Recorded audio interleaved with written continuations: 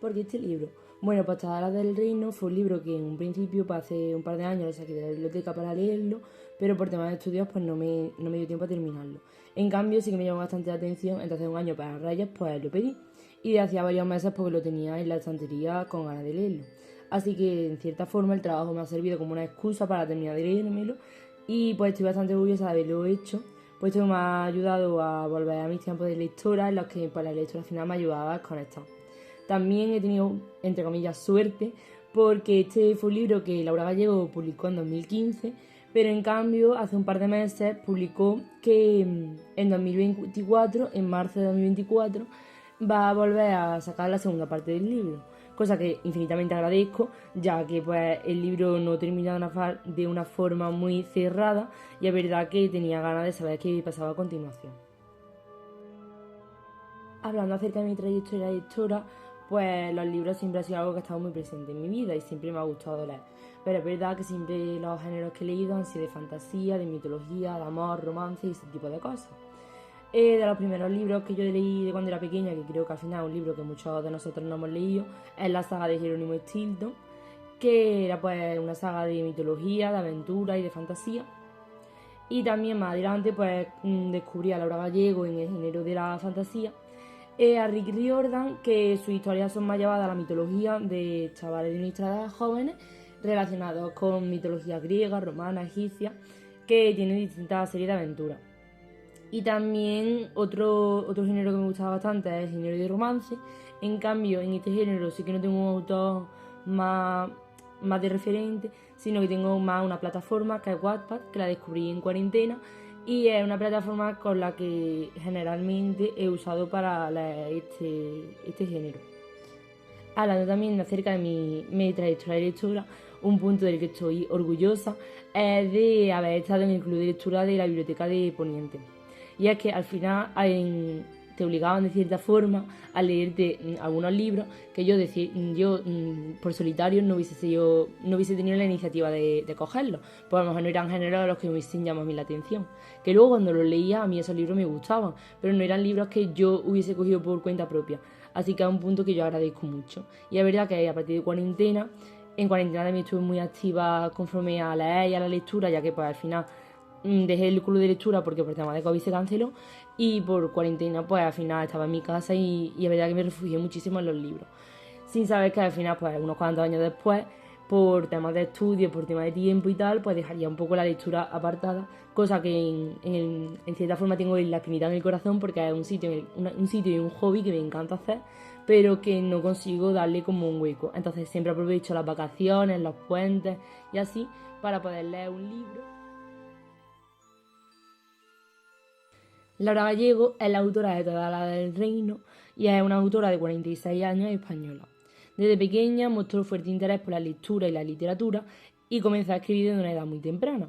Siempre ha tenido pasión por los temas de la fantasía y la ciencia ficción, y al final eso se queda reflejado en sus libros, que son mundos imaginarios. Es conocida principalmente por obras dedicadas al público juvenil, con las cuales ha ganado varios premios, y algunas de sus obras más destacadas son las trilogías de Memoria de Idún, que según recuerdo son la primera trilogía que ella sacó, o Guardianes de la Ciudadela. También tiene obras sueltas como Donde los árboles cantan y Omnia, todo lo que puedas soñar, que es el primer libro que yo recuerde que me leí de esta autora. Si me preguntan a mí, considero que el título del libro es bastante adecuado, ya que resume al final la idea general del libro, que es hablar de todas las hadas que existen en el mismo reino. Al contrario que otros libros, que a lo mejor el título no tiene nada que ver, y tú coges el libro, lees el título, te gusta porque te llama la atención, pero conforme empiezas a leer el libro te das cuenta de que no tiene nada que ver una cosa con la otra. Otra cosa que también me gusta bastante son las portadas de los libros, y más específicamente de este. A lo mejor en la foto no se ve mucho, pero en persona las partes que son más marroncitas tienen un dorado que brilla. Y personalmente, a lo mejor es un poco superficial, pero lo primero que voy a ver cuando veo un libro, sobre todo cuando voy a verlo rápidamente así de vista, son las portadas. Y es verdad que si veo una portada que me llame la atención, voy primero a ver ese libro antes que otra portada que a lo mejor no me llame tanto la atención. Sin embargo, que tenga una portada bonita no implica que el contenido del libro, evidentemente, sea bueno o no. Muchas veces pasa que un libro que tenga la portada bonita nos lo leemos antes que uno que no la tenga, y probablemente puede que el otro libro tuviese un contenido mejor, pero por el simple hecho de la portada hemos elegido la superficialidad y la apariencia.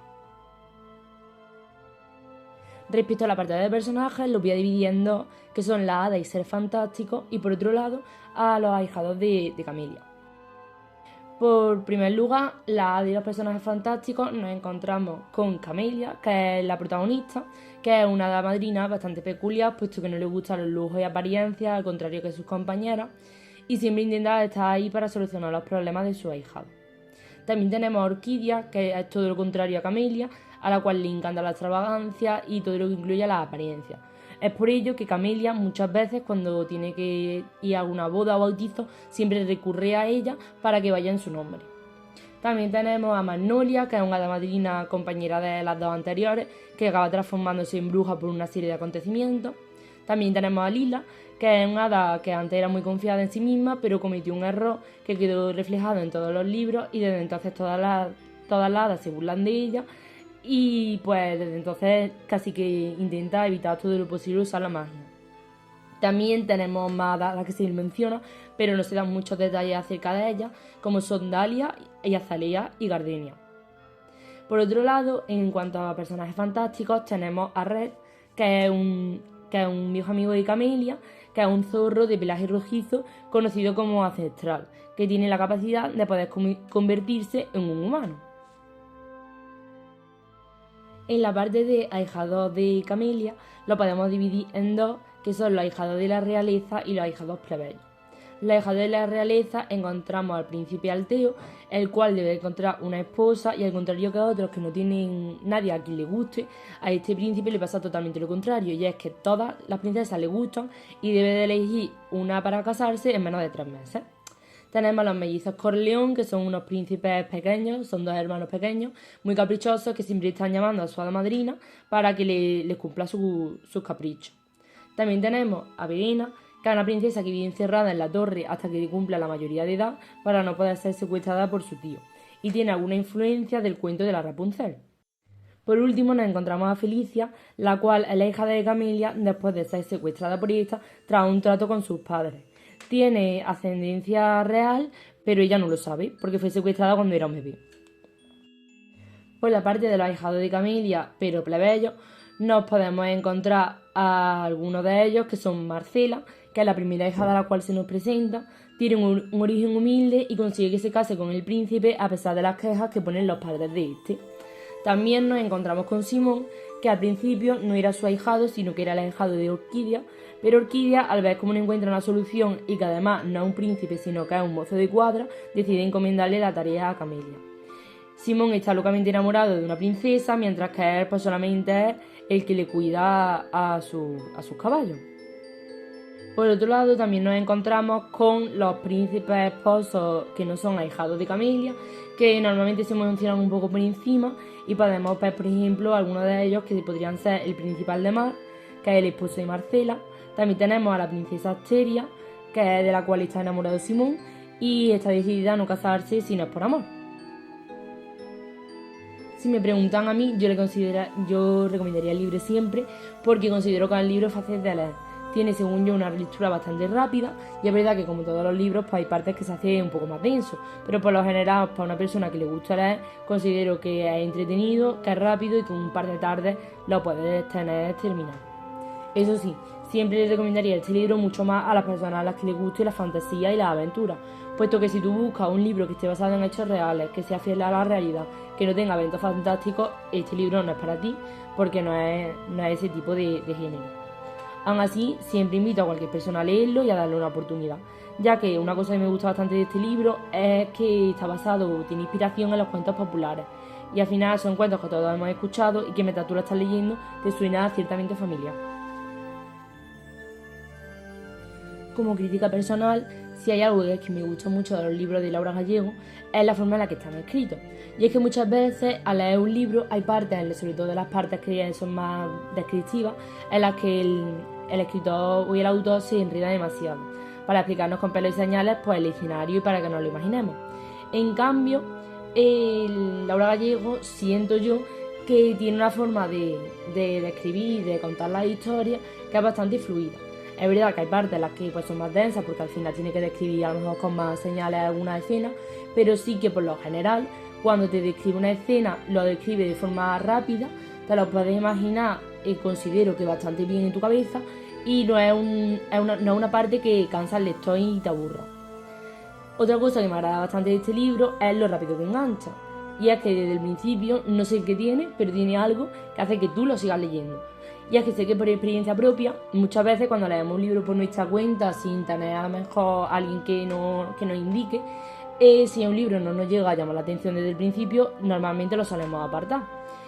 Es algo de lo que, como he dicho anteriormente, me agradezco mucho haber estado en un club de lectura, ya que pues teníamos a una monitora que no nos obligaba, porque no nos obligaba, pero sí que si decíamos que un libro, mira, este libro es que no me llama la atención, siempre nos decía, vale, saltarse a lo mejor los 15 primeros capítulos, los 20 primeros capítulos, que son los más densos, porque luego a partir de esa parte ya el libro se vuelve mucho más rápido, sino que los 20 capítulos primeros a lo mejor son la parte de ponerte en contexto de la situación. Y a lo mejor eso, si no tienes a una persona que te diga, oye, mira, sigue leyendo porque va a pasar esto. En una situación normal yo hubiese dejado ese libro y a lo mejor un libro que yo en principio no tenía fe por él, al final son libros que me acabaron encantando. Luego, otra cosa que me gusta también del libro son los temas que salen en el libro y la relación que tienen con nuestra sociedad de hoy día. Y es que en los libros pues, se tratan de diversos temas que podemos traspasar al final a nuestra vida diaria. Algunos son el intentar hacer todo. Siempre y muchas veces intentamos hacer muchas cosas aun sabiendo que no somos capaces de hacerlo y al final acabamos llegando a un nivel de agotamiento que no es bueno. Esto nos lo representa Camelia, que siempre intenta ayudar a todos sus ahijados, pero al final hace que no tenga tiempo para sí misma y no tenga tiempo para descanso y al final siempre esté cansada y muy agotada. Otro punto es el frustramiento por no tener el reconocimiento que merecemos. Por ejemplo, cuando nosotros colaboramos con una persona en algo y al final pues solamente pone el nombre de esa persona o le felicitan a él y a ti no. Esto se muestra también con Camelia, que cuando hay una parte del libro en el que ella se pone a leer las historias, los cuentos, y en los cuentos se mencionan a la hada y a lo mejor le reconocen o le dan el mérito de una obra suya con un ahijado suyo, se lo dan a otra hada. Otra diferencia muy evidente son las diferencias entre las casas sociales, que es algo que sí, bueno, en cierta forma ya está menos visto, pero aún así pues también existe hoy día. Y también la superficialidad, cómo juzgamos primero sin conocer a las personas. Por ejemplo, cuando Camelia va a su ahijado y este le dice que si de verdad ella es una hada madrina y porque a él le tocan las menos lujosas y si es porque él es plebeyo en vez de ser un rey, sin aún haberla conocido. Lo primero que hace es juzgarla por su apariencia y eso a día de hoy también pasa. Muchas veces juzgamos a una persona sin conocerla simplemente por lo que vemos a simple vista. Antes de la actividad creativa, es que el libro no tiene ninguna adaptación cinematográfica, eso sí es verdad, pero sí que está basado a su vez en otros cuentos populares. La mayoría lo hemos escuchado en algún punto de nuestra vida y hacen que el libro de cierta forma nos suene conocido. Algunos de estos cuentos, poniéndolos con un poco de ejemplo, son por ejemplo la Rapunzel, que es una de las hijadas de Camelia, que está encerrada en la torre, y cuando tú empiezas a leer esa parte, sin duda se te viene a la cabeza el cuento de Rapunzel, como está encerrada en una torre porque no quieren que la encuentren. También tenemos la referencia a Blancanieves, que se hace una referencia más que evidente a la icónica manzana envenenada, que viene una bruja a dársela para dormirla. También tenemos al principio del libro La princesa y el guisante, que es una referencia del cuento de poner los 100 colchones y un guisante para descubrir si tenía orígenes reales. Y también se hacen numerosas referencias a este tipo de historias, siempre siguiendo los estereotipos de los cuentos fantásticos con las hadas madrinas, los príncipes, princesas y los maleficios malvados hechos por villanos terribles. Siempre siguiendo esa línea se siguen mucho los estereotipos y mientras tú lees el libro muchas veces te viene a la mente pues cuentos que tú alguna vez en tu vida los has escuchado mientras tú vas leyendo el libro. A lo mejor no hace una mención específica, pero sí que suenan relativamente a eso. Ya por último, para terminar, la actividad creativa que yo he elegido hacer ha sido hacer un noli, que podemos ver en esta imagen de aquí, y voy a ir explicando cada una de las partes que he puesto en el libro y el significado que le he dado conforme al cuento. Para empezar tenemos la varita, que representa a los personajes principales que salen en el cuento, que son las hadas madrinas. En torno a esta se salen pequeños cuentos y pequeñas historias que acaban entrelazándose entre sí y todas.